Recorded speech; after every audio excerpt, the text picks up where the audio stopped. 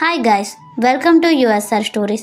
మన ఛానల్ని కొత్తగా చూస్తున్న వాళ్ళైతే ఫస్ట్ అయితే సబ్స్క్రైబ్ చేసుకొని పక్కనే ఉన్న బెల్ ఐకాన్ని ట్యాప్ చేయండి.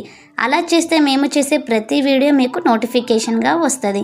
మీకు వీడియో నచ్చితే లైక్ చేయండి. వీడియో ఎలా ఉందనేది కామెంట్ బాక్స్లో కామెంట్ చేయండి. సో ఈరోజు చెప్పబోయే కథ ఏంటంటే శ్రీ మహాలక్ష్మి జీవితంలో ఒక రహస్యం. అదేంటో ఇప్పుడు చూసేద్దాం. సముద్రం నిశ్శబ్దంగా అలలు ఎగురుతున్నాయి. ఆ రోజు సాధారణ రోజు కాదు. దేవతలు అసురులు కలిసి సముద్ర మథనం చేస్తున్న రోజు. అమృతం కోసం ఆ మహాక్షోభ మండరాచలం కొండను మదనదండంగా వాసుకుని తాడుగా ఉపయోగించి దేవరాసులు సముద్రాన్ని మదిస్తున్నారు.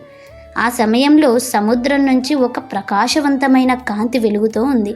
ఆ కాంతి మధ్యన పద్మంపై కూర్చున్న వెలిగిపోతూ ప్రత్యక్షమయ్యింది శ్రీలక్ష్మి. ఆ క్షణమంతా లోకాలు మౌనమయ్యాయి. ఆమె కళ్ళల్లో కరుణ, ముఖంలో ప్రశాంతత, చేతుల్లో సంపద, శాంతి, సౌభాగ్యాలు వరాలుగా ఉన్నాయి. దేవతలు అందరూ ఆశ్చర్యపోయారు. అసురులు కూడా ఆమె వైపు ఆకర్షవంతులయ్యారు. కానీ లక్ష్మీదేవి హృదయం మాత్రం ఒకరిని మాత్రమే వెతుకుతుంది, శ్రీ మహావిష్ణువును. ఆమె చూపు చివరకు ఆగింది. శ్రీ మహావిష్ణువు దగ్గరి వైపు చూసి ఆగింది. అక్కడ నిలబడి ఉన్నాడు విష్ణు, సమస్త సృష్టిని కాపాడే పరమాత్మ. శ్రీ లక్ష్మీదేవి చిరునవ్వుతో విష్ణువుకు వరమాల వేసింది. ఆ క్షణం నుంచి ఆమె వైకుంఠంలో శ్రీదేవిగా స్థిరపడింది. కానీ ఇక్కడే మొదలవుతుంది ఒక రహస్యం. వైకుంఠం శాంతి సౌభాగ్యాల నిలయం. అక్కడ ప్రతిరోజు భక్తుల ప్రార్థనలు వినిపిస్తాయి. ఒకరోజు లక్ష్మీదేవి గమనించింది, భూమిపై కొందరు నిజాయితీగా కష్టపడుతూ కూడా దరిద్రంలో ఉన్నారు. మరికొందరు దుర్మార్గులు అయితే అపార సంపదలో మునిగిపోతున్నారు. ఆమె మనసులో ఒక సందేహం కలిగింది.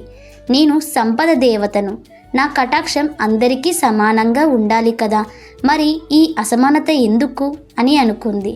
రాత్రి వైకుంఠం మొత్తం నిశ్శబ్దంగా అలుముకుంది. విష్ణువు యోగ నిద్రలో ఉన్నాడు. లక్ష్మీదేవి మెల్లగా లేచి భూలోకానికి దిగింది. ఎవరికీ తెలియకుండా ఇదే ఆ రహస్యం. ఆమె ఒక సాధారణ స్త్రీ రూపంలో భూమిపై సంచరించింది. గ్రామాలు పట్టణాలు తిరిగింది. ఒక చిన్న గ్రామంలో ఓ పేద కుటుంబం కనిపించింది. తండ్రి రోజంతా కష్టపడి పనిచేస్తూనే ఉన్నాడు.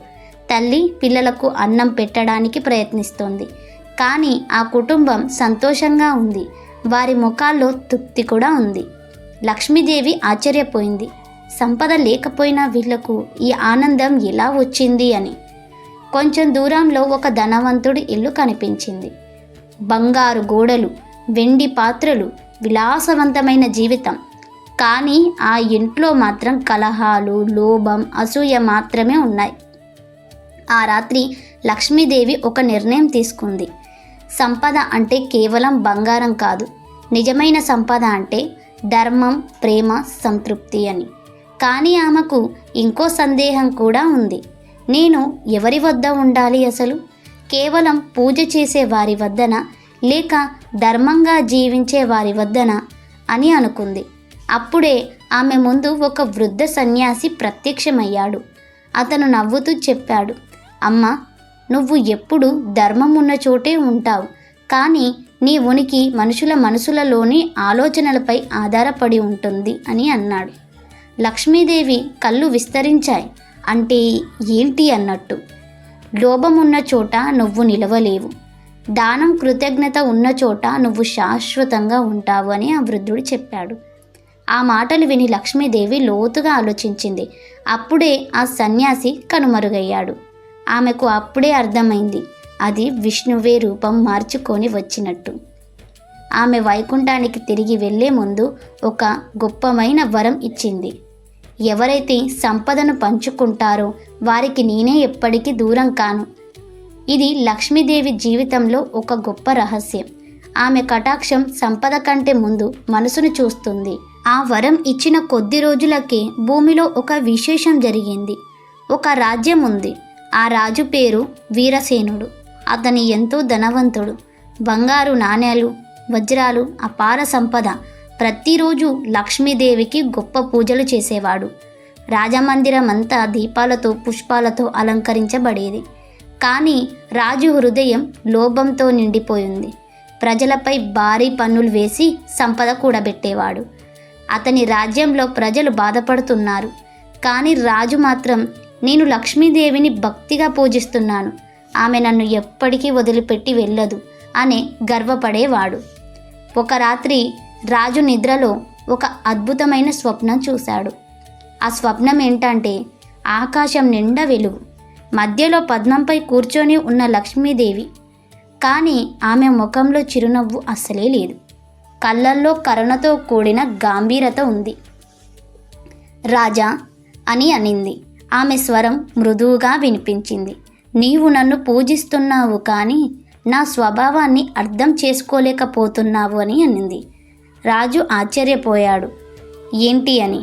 అమ్మ, నేను ప్రతిరోజు నీకు పూజలు చేస్తున్నాను, నీకోసం బంగారు మందిరం నిర్మించాను అని అన్నాడు.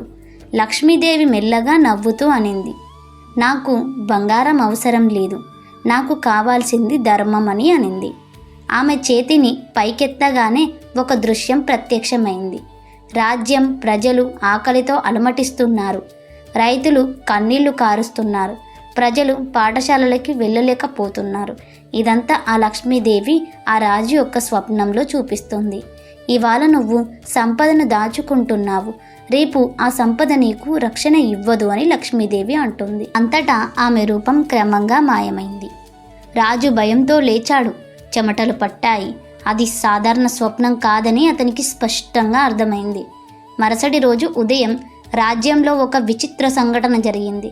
రాజభవనంలోని ఖజానాలలోని బంగారు నాణాలు ఒక్కొక్కటిగా నల్లగా మారటం ప్రారంభించాయి. వజ్రాలు ప్రకాశం కోల్పోయాయి. రాజు ఒక్కసారిగా దిగ్భ్రాంతికి గురయ్యాడు. అప్పుడే అతని రాజద్వారం వద్ద ఒక వృద్ధ సన్యాసి వచ్చాడు. అతని కళ్ళల్లో దివ్య కాంతి ఉంది. రాజా అని అన్నాడా సన్యాసి. సంపదను బంధిస్తే అది నశిస్తుంది, పంచుకుంటే అది పెరుగుతుంది అని ఆ వృద్ధుడు, ఆ సన్యాసి అన్నాడు. రాజు వెంటనే స్వప్నం గుర్తు చేసుకున్నాడు. అతనికి అర్థమైంది ఇదే ఆ రహస్యమని. అతను వెంటనే నిర్ణయం తీసుకున్నాడు. ప్రజలపై ఉన్న పన్నులన్నిటినీ తగ్గించాడు. అనాథాశ్రమాలను నిర్మించాడు. రైతులకు భూములు ఇచ్చాడు. విద్య కోసం ధనం కేటాయించాడు. రాజభవనంలోని బంగారాన్ని పేదలకు పంచిపెట్టాడు. కొద్ది రోజులకి రాజ్యంలో ఆశ్చర్యకరమైన మార్పు వచ్చింది. ఖజానాలలో నాణేలు మళ్ళీ ప్రకాశించాయి. రాజ్యంలో పంటలు సమృద్ధిగా పండాయి. ప్రజల ముఖాల్లో సంతోషం కనిపించింది. మళ్ళీ ఒక రాత్రి మళ్ళీ స్వప్నం చూశాడు.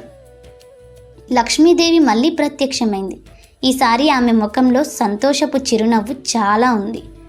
ఇప్పుడు నువ్వు నన్ను నిజంగా పూజిస్తున్నావు రాజా అని ఆ లక్ష్మీదేవి ఆ రాజుని అనింది. పూజ పూలతో కాదు, ధర్మంతో చెయ్యాలి, మనసు శుద్ధితో చేయాలి అని ఆ లక్ష్మీదేవి అనింది. అప్పుడే రాజు ముందు మరో రూపం ప్రత్యక్షమైంది. అది విష్ణు.